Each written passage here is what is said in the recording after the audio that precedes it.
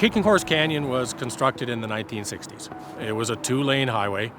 In phases 1 through 3, we started the process of upgrading the highway to a 4-lane modern thoroughfare. We did what we think is the easiest parts, and we saved the most challenging and ultimately the most expensive part for the end, which was phase 4. I would have bet 1,000 to 1 odds that it would never get done, that 4 or 5 kilometers would not get done because it was such a obstacle, a challenge for people. And let me tell you, being from the prairies, there was no way I would travel that road at night. This is a major corridor for international travel. It's also a key commercial corridor for goods and services going to the ports of Vancouver. Out of our 5 kilometers of construction that we've done in phase 4, roughly 2.4 kilometers of that is structures, so bridges and viaducts. We're on to what we call now, coming up onto the Bighorn Bridge. And this is also a wildlife corridor underpass, so they have the opportunity to be able to get from one side of the highway to the other. In order to make room, we had to build out. And in some cases, like close by here, we had to lower the highway in order to get that width.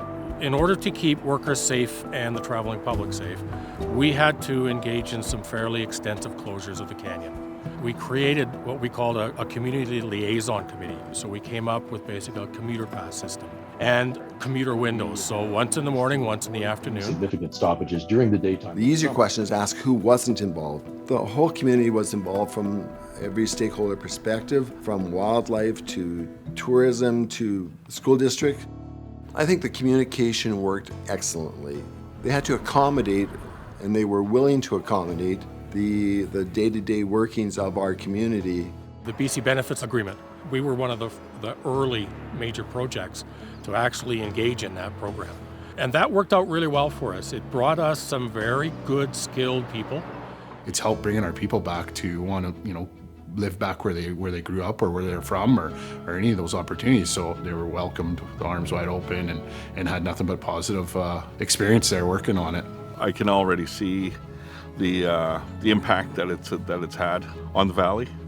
So the local businesses, the grocery stores, and also it's a whole lot safer. To have people travel through there oblivious of the challenges, I think that's a success in itself. Our community was absolutely spectacular.